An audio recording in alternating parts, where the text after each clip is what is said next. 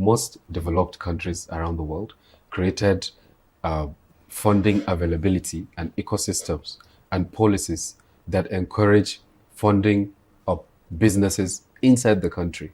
And those funding ecosystems created enabled young entrepreneurs to dream about building this company, building that, while there is somebody who's going to fund them. This kind of initiative, where obviously the policies that's created companies like Apple, AliExpress, and all the global giants, because they were only there because someone decided to fund them while they were SMEs or small, tiny startups. We need to talk about this a lot. We can't even stress it enough. For all of these countries you are seeing, there is money we call risk capital.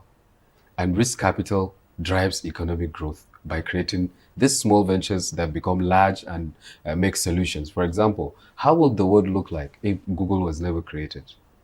I can't even begin to think about that right now. Exactly. So the thing is, every society has a category of people that are regarded high net worth individuals or powerful, influential politicians that enable policies across the country.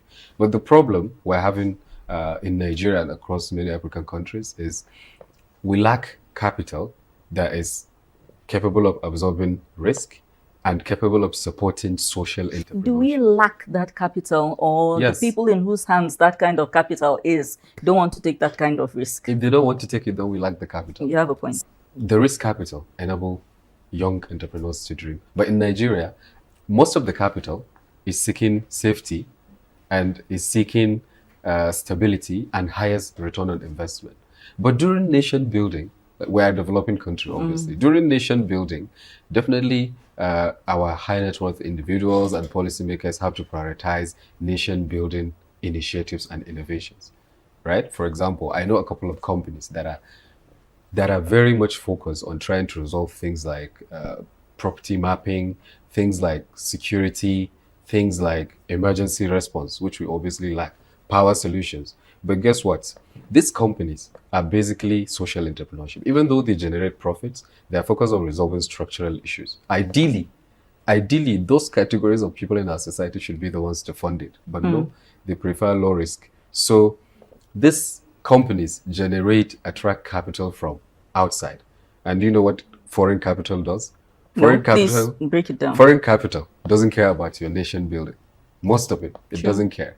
So if you build a startup that's trying to resolve all the security and emergency challenges your country has, and someone from outside the country funds the project, they maximize profits. They don't care about whether you achieve that security solution objective or not.